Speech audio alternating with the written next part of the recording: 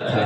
तो हम लोगों को सफरा माता जी के सामने हमको प्रस्तुत करना होता था। क्या प्रस्तुत करना होता था कि दाई भूख लगा थे बासी दे दे।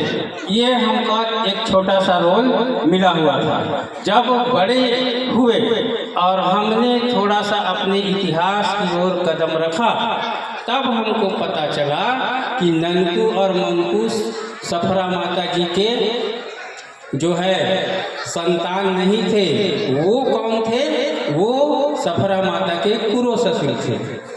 तो गुरु घासीदास जी 5 भाई बहन थे, ननकू दास, मनकू दास, गंगा दास, जोगी दास और सबसे छोटे बाबा गुरु घासीदास। तो बाबा गुरु घासीदास जी के भी 5 संतान थे। सुभद्रा माता, अमरदास गुरु, बालक दास गुरु, अग्रदास गुरु और माता अगरबत्ती। तो इन बातों को हमको बताने की आवश्यकता है। तो बाबा गुरु घासीदास जी के इन बच्चों ने क्या काम किया और इन बच्चों की इस समाज को यहाँ तक जो है लंगोट पहनने वाले समाज को जो है धोती बंगाली सूट बूट में, नौकरी पेशा लोग में और कार में घूमने वाला, पक्की घरों में रहने वाला समाज बनाने में बाबा गुरु घासीदास जी का क्या योगदान है, ये हमारे बच्चों को आज बताने की जरूरत महसूस होती है।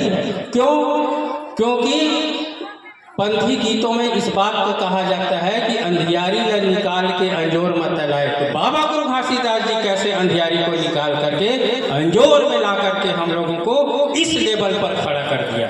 ये स्वाभिमान की बातें हम अपने बच्चों को बताएं। बाबा गुरु घासीदास जी की सतनाम आंदोलन के इतिहास को आप सब जो है जानते हैं। तो वह ऐतिहासिक आंदोलन, ऐतिहासिक क्रांति 1820 में आरंभ हुआ था और उस आंदोलन का मुख्य उद्देश्य क्या था?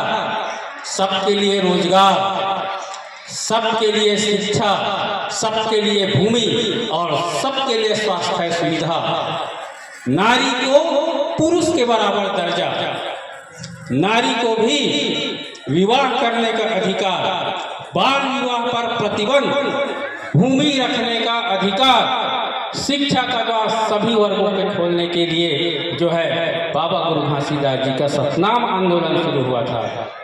और इस बाबा गुरु घासीदास जी के सतनाम आंदोलन के कारण 1825 में ब्रिटिश गवर्नमेंट को एक समिति बना करके शिक्षा के अधिकार लागू करने के लिए एक सिफारिश भेजनी पड़ी लंदन में। तो 1835 में लॉर्ड मैकाले की शिक्षा नीति जो हम पढ़ते हैं, उस बातों को हमको समझने की जरूरत है।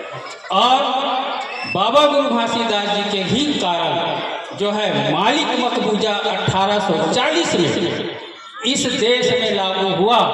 तो इस देश में बाबा गुरु घासीदास जी के 1840 में आंदोलन के कारण मालिक मकबूजा लागू हुआ, अर्थात जो जोते भूमि उसी की।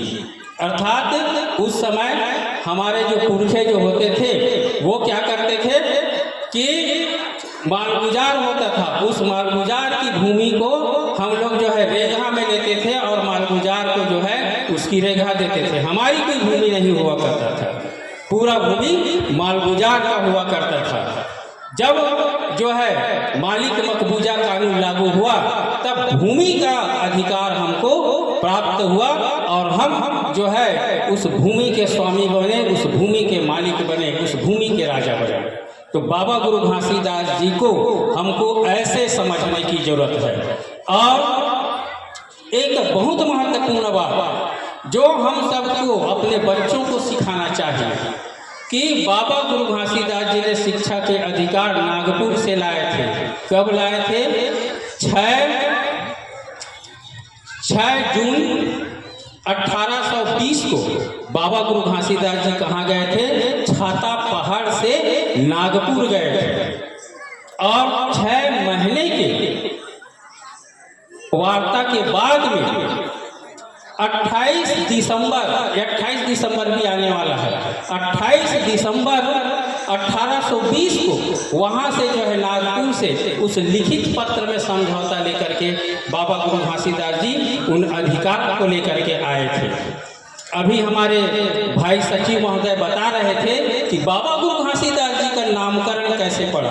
तो बाबा गुरु घासीदास जी केवल और केवल सतनामी का नहीं है, बाबा गुरु घासीदास जी जो है पूरे मानवता के लिए, इंसानियत के लिए, भाईचारा के लिए मनखेला एक बरोबर के अधिकार के लिए लड़ाई किए, संघर्ष किए। इसलिए बाबा गुरु घासीदास जी जो है पूरे मानव समाज का है, क्योंकि बाबा गुरु घासीदास जी सब सतनाम आंदोलन चला रहे थे तो उस समय उन्होंने सतनामी मने मनखे ये कहा था। बाबा गुरु घासीदास जी क्या कहे थे? सतनामी मने मनखे, और मनखे अपने आप में एक खुद जाति है। और इस छत्तीसगढ़ के सरजमी के 220 जातियों को मिलाकर के सतनामी बनाए, अर्थात मानव बनाए। ये बाबा गुरु घासीदास जी का विश्व का एक अनूठा रिकॉर्ड है। तो हमको आज क्या करने की आवश्यकता है? हमको आज क्या करने की आवश्यकता है? अपने बच्चों को कलम और किताब से जोड़ करके रखिए। अपने बच्चों को कलम और किताब से जोड़ करके रखिए। चाहे घर में एक टाइम खाना क्यों ना हो, लेकिन बच्चों को अवश्य पढ़ाने के लिए स्कूल के दरवाजे खोल करके भेजिए। यही आपके उद्धार करता होगा, यही हमारे पुरखों ने कहा है। और अपने बच्चों के, खास करके मेरी माताएं, बहनें और हमारी बेटियां यहाँ पर उपस्थित है, तो उनसे निवेदन करूंगा कि वो गीत गोविंद भजन के साथ इन बातों को लिख करके रखे। और आज ही जब अपने घर में जाएंगे तो अपने बेटी को, अपने बेटा को क्या बनाना चाहते हो उसको लिखित में दीवार में लिख करके रखना। और जब बच्चा स्कूल जाता है तो ये कहना, क्या कहना कि जा बेटा कलेक्टर बनने, जा बेटी कलेक्टर बनने, जा बेटा डीएसपी बनने, जा बेटा एसपी बनने, जा बेटा प्रधानमंत्री बनने, जा बेटा मुख्यमंत्री बनने, जा बेटा विधायक बनने, जा बेटा सांसद बनने, जा बेटी डॉक्टर बनने। ऐसे उसको कह के भेजना।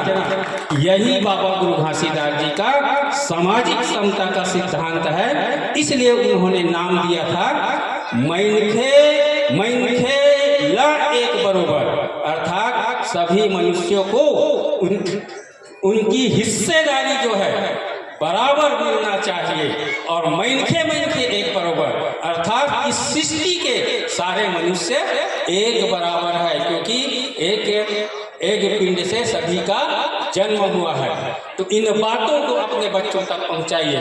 और आदरणीय हमारे बुजुर्गों से मैं निवेदन करूंगा कि जब भी गुरु घासीदास जी की जयंती मनाएं, उन्हें कलम और किताब से जोड़ करके हमको जो है रखना चाहिए। गांव की स्कूलों में, शहर की स्कूलों में न्योता भोजन का शुरुआत गवर्नमेंट की तरफ से किया गया है, तो न्योता भोजन करवाए। तो उस गांव के स्कूल के, उस शहर के स्कूल के बच्चे जानेंगे कि आज हमको जो है खीर पूरी मिठाई टॉफी क्यों दिया जा रहा है, क्योंकि बाबा गुरु घासीदास जी की आज जयंती है। और कलम और किताब बांटे, अपने सामर्थ्य अनुसार कलम और किताब बांटे, ताकि वो बच्चे समझ सके कि बाबा गुरु घासीदास जी की जयंती के कारण हमको कलम और किताब जो है दिया जा रहा है। तो ये हमको जोड़ने की आवश्यकता है। और बाबा गुरु घासीदास जी एक ऐसा अनूठा संत हुए जो कलम और किताब के लिए ब्रिटिश गवर्नमेंट से जो है वार्ता किए। तो आदरणीय समाज, मैं उस कलम और किताब को आपको सौंप करके जाता हूँ कि अगली जयंती जो है हम ज्ञान दिवस, शिक्षा दिवस, संस्कार दिवस, समता दिवस, समानता दिवस, भाईचारा दिवस के रूप में हम मनाएंगे। और कलम और किताब हमारे बच्चों के हाथों से कभी ना छूटे, इस बात की हमको आज इस जयंती पर प्रण करके इस मंच से हम अपने घरों में जाएंगे और अपने बच्चों के भविष्य को हम अपने घरों की दीवारों पर लिखेंगे। यही बाबा गुरु घासीदास जी का जो है 259वीं जयंती की उसको श्रद्धांजलि होगी, उसको नमन होगा, उन्हें सैल्यूट होगी। तो आदरणीय समाज, मैं अपनी बातों को समाप्त करते हुए आपको बस एक ही हिंट देता हूँ, एक बात कह के जाता हूँ कि कोई भी परिस्थिति आए, कोई भी परिवेश आए, आप जो है बाबा गुरु घासीदास जी के समान सच को सच कहना, सच को सच कहना और झूठ को झूठ ही कहना। क्योंकि आपको कोई बहकाएगा, कोई प्रलोभन देगा, कोई आपके अधिकार को छीनेगा, अपने घर को भरने के लिए आपको गलत दिशा में ले जाएगा, तो आप जो है उस गलत दिशा को चिन्हांकित करना, अपने बच्चों को बताना और सच का साथ देना। क्योंकि हम बाबा गुरु घासीदास जी के जयंती पर सादा कपड़ा पहनते हैं, सादा पगड़ी बांधते हैं, लेकिन वो बाबा गुरु घासीदास जो जंगल की खाक छानते हुए दो बच्चे उसके गुम हो गए थे, उस परिस्थिति में कैसे समाज को संगठित किया होगा, उनके पैरों के छाले, उनके पैरों के खून को देखना होगा हमको इस जयंती के अवसर पर कि किस प्रकार से हमको अंधियारी से निकाल करके इस उजाले पर लाया है और उस उजाले को हमको अपने नए पीढ़ी तक पहुंचाने के लिए हमको काम करने की आवश्यकता है। और मैं इस बात को मैं पुख्ता गवाह आप लोगों को मैं बनाना चाहता हूं कि बाबा गुरु घासीदास जी को देखना है आज वर्तमान में, बाबा गुरु घासीदास जी को और उनके कामों को देखना है इस वर्तमान परिदृश्य में, इस वर्तमान भूमि में, इस वर्तमान समय में। तो भारत के संविधान को उठा करके पढ़ना, बाबा गुरु घासीदास के कौन कौन से विचार भारत के संविधान में लिखा हुआ है, रोटी कपड़ा मकान सम्मान, उस बात को अपने बच्चों को बताना और उसके लिए हमेशा सजग रहना। क्योंकि यही कलम और किताब आप लोगों को मंजिल तक पहुंचाएगी, आपको सम्मान दिलाएगी और आपके उस अंधेरे जगह से उजाला पर लाएगी। बस इतना कहते हुए आप लोगों को बहुत बहुत धन्यवाद, जय सतनाम प्रेषित करता हूँ। बाबा गुरु घासीदास जी की इस जयंती पर आप एक नए शुरुआत करें, इस मोहल्ले में कोचिंग सेंटर खोलें और अपने बच्चों को रात्रिकालीन कोचिंग सेंटर से जोड़ करके पढ़ाएं, कंप्यूटर सेंटर खोलें, अपने बच्चों को रात्रिकालीन कंप्यूटर में पढ़ाएं। यही बाबा गुरु घासीदास जी का कथन है, सिद्धांत है, विचार है। आप सबको पुनः जय सतनाम। बहुत बहुत धन्यवाद आदरणीय भाव श्री गहरे जी, अध्यक्ष सतनामी समाज जिला धमतरी। आपके निश्चित रूप से मनुष्य के शब्दों ने सतनामी समाज के सर को जगाने का प्रयास किया है। इसमें से कितने लोग जानते थे कि गुरु घासीदास जी के 5 संतान हैं? जानते थे? आजकल की युवा पीढ़ी नहीं जानते। आदरणीय गहरे साहब इसी चीज को परोसने का प्रयास कर रहे थे कि आजकल की युवा पीढ़ी को गुरु घासीदास जी के जीवन चरित्रों से जोड़ना बहुत जरूरी है।